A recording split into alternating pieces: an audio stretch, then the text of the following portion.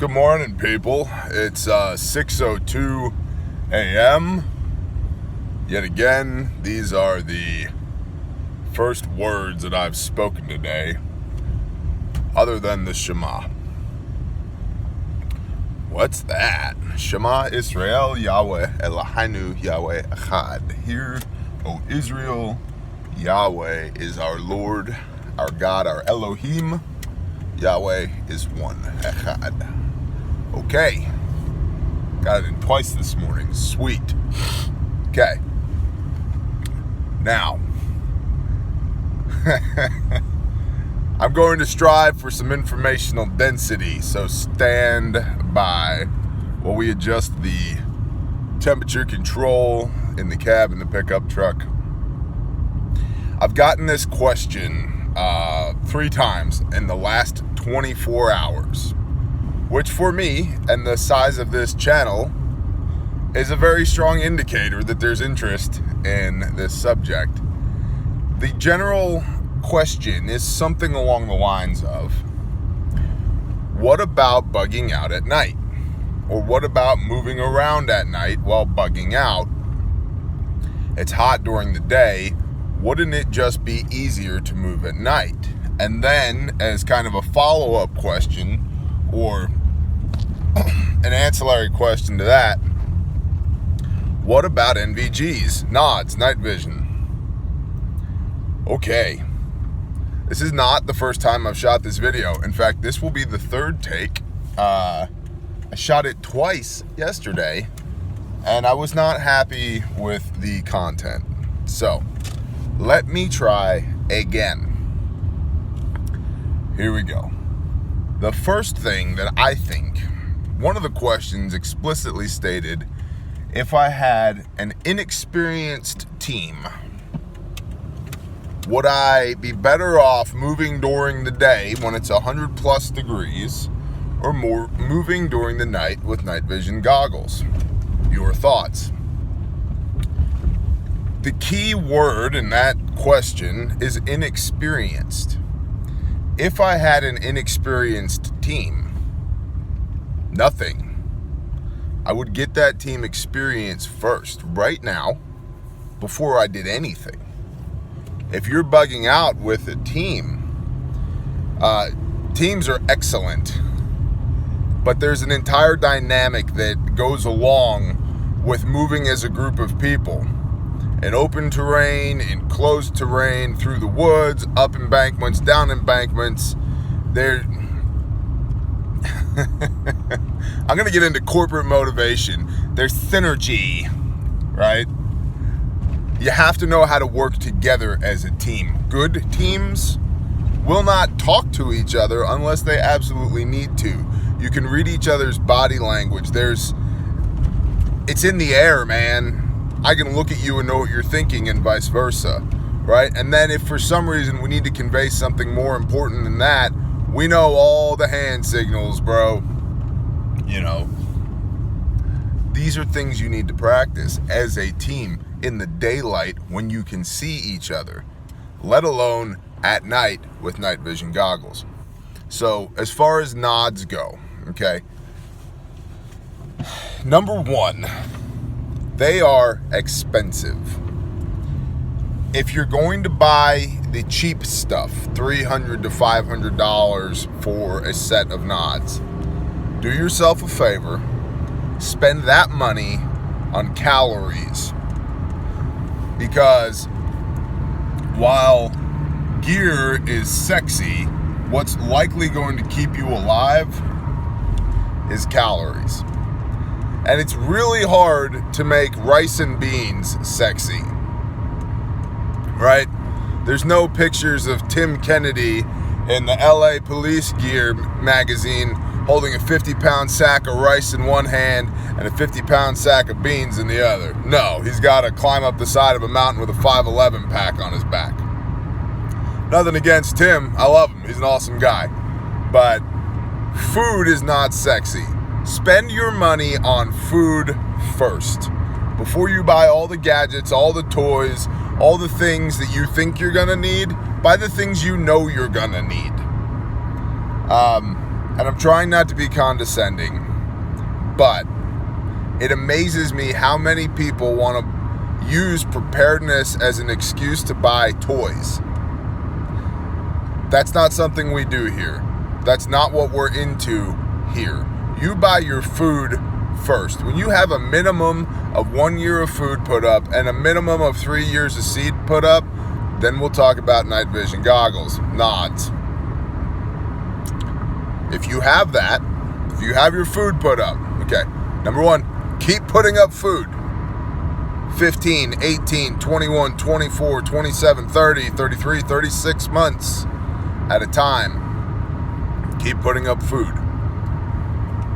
Now you want to buy night vision? If you buy the $300 to $500 junk, it will fail. And it will fail, thank you Murphy, right when you need it.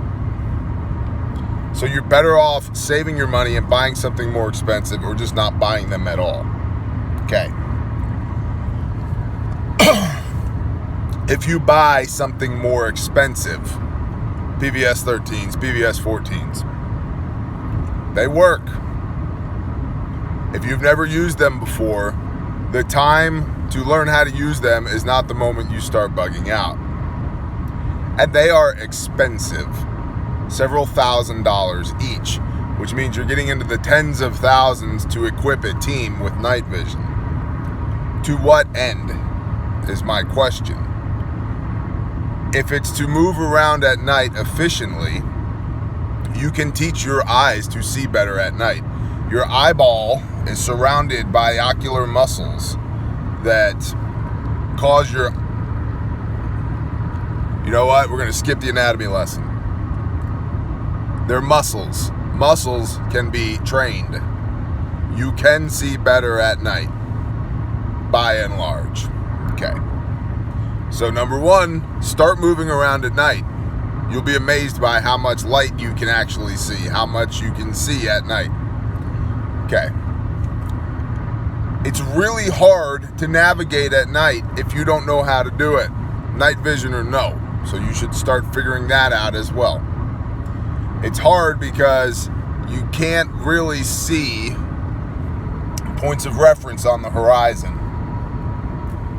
Now, if you're in the woods, you can't see points of reference on the horizon anyway, right? You got to shoot a heading and blah, blah, blah. But navigation at night is not navigation at daytime, okay? Moving at night is not moving during the day. So you need to get comfortable with all of that. Nods, night vision will fail when you need them because even the expensive stuff will fail. They run on batteries. And remember, there is no resupply. We've talked about this. There is no resupply. So when your batteries are out, your batteries are out. And now you have an $1,800 paperweight, which could have been a ton of rice. Couple million calories instead of an $1,800 paperweight. Literally a ton of rice. All right, moving on. I think I've made that point. If you are using IR, infrared illumination at night to enhance your night vision capabilities, anybody else that has night vision will see you like a light tower along the nighttime coastline. You stand out like a sore thumb, bro. Things to think about. And if you are moving along the edge of a field on a hedgerow with your IR illumination so you can see, and I am on the other edge of that field 500 yards away with an AR-10 suppressed, you don't have a team anymore because I can see you bright as day. Also, bearing a brief mention, if you believe that at some point the citizenry of the United States will be at odds with the government of the United States, the last thing I would do is have infrared illumination.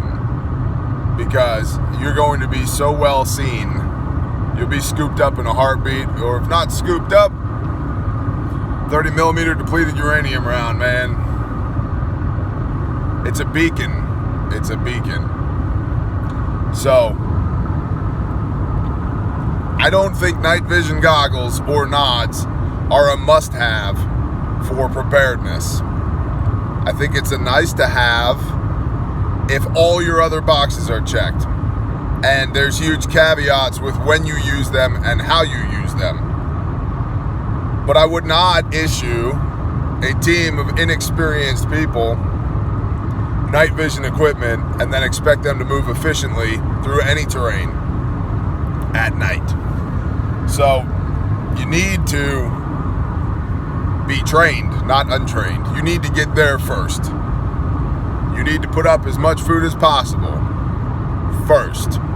And then if you have money left over, if you got cash burning a hole in your pocket, and you have all your food, all your medical, your bug out locations completely squared away, all your water preps, your preparedness library, your knowledge bank is filled to the brim, right? Your gasoline is topped off. You've done all the other things, and you still have money left over, you have my blessing on night vision. That's how far down the preparedness hierarchy of needs I put night vision. And again, most people, which amazes me, are using preparedness as a smokescreen to buy toys probably that their spouse does not want them to have. Under the guise of, well, look, honey, in case the world ever ends, we'll have all this cool stuff to help us survive. What you won't have is any of the cool skills that actually make the cool stuff useful. Box checker mentality, we've talked about that before. Back to informational density. Inexperienced team at night with nods? No. Okay, that leaves moving in the middle of the day. Should you? Yes. Stay undercover as much as possible. If your choice is walk across an open field or walk in the hedgerow that goes around that open field, walk in the hedgerow. It'll limit your exposure to the sun. It will limit your exposure to other people. You'll have shade. You'll have some cover. There's a little bit of ambient noise in hedgerows. The leaves rustle in the breeze. Things skitter across the ground, and it helps cover the sound of you moving. But mostly, it removes you from direct line of sight. So, I would do that. And I would get very good. If your goal is to move as a team, you and your team should go walk in the middle of the day. When it's 104 degrees, go walk in the middle of the day. Is that ideal? Hell no, it's not ideal. I don't know why anybody thinks that the end of the world as we know it is going to be ideal, though. So, go train for that.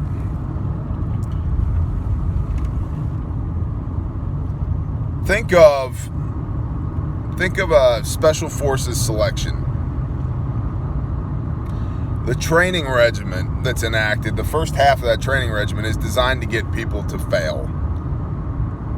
The reason for that is you want to separate the wheat from the chaff, right? Okay, the cream rises to the top, so to say. So, they put these people through hell, specifically designed to get people to quit so that they'll have the good people left. And in the process of doing this, they subject them to all types of miserable situations. That's done intentionally. Because the more you sweat in training, the less you bleed in combat. So go sweat in training. That when the time comes, you're not worried about the fact that it's 104 degrees. There's no breeze. And you know how to use your compass, and land nav is second nature to you. Okay. So now you can traverse a hedgerow without becoming a liability. Do that now. Do that now. Put your phone down, grab your rucksack, and go do it. Call your buddies and go do it now. I was talking with Squid yesterday in the truck. And I was telling him about the 1 mile that I just did with my pack. And he's like, you know what you should do? I said, what's that, bud? He says, why don't you go do like 10 miles and document the whole thing just to show people for real what it's like. I said, that's a freaking phenomenal idea. I'm going to have to figure out when to fit that in, but that's a great idea.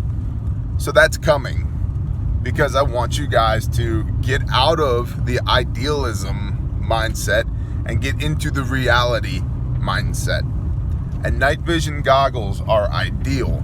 What it is, to me, as I see it, is another example of people having a weakness in their skill set and trying to shore up that weakness, fix that chink in their armor with gadgetry. Night vision has lots of useful applications. But as we've briefly alluded to here in this channel, the militant farmer concept, give me 5 real-world scenarios where you need night vision. Give me 5 real-world scenarios where you need an AR-15. Give me 5 real-world scenarios where you need a shovel. I can guarantee you, you're gonna bust a shovel before you ever need to put on your night vision goggles. It's just the way of the world. So, I think I've foot stomped this enough. I think you understand where I stand on night vision. As far as moving with the team and bugging out in the middle of the day versus moving at night to avoid the heat, start heat stressing yourself now. Not heat stroking yourself, heat stressing yourself. Your body will adapt. Start doing that now. Go sweat. It's good for you. Gets the toxins out of your system. Increases your endorphins, right? Your serotonin level spikes. Go sweat. It's healthy for you. Get used to it. Especially if you're of the opinion the world's gonna end. Your air conditioner's going away anyway, bro. Go get uncomfortable. All right. I gotta stop. Take 3 is gonna end up like the last 2 takes. I'm passionate. I'm very passionate. He's driving without hands. Yeah. We're on a back road. Look at this.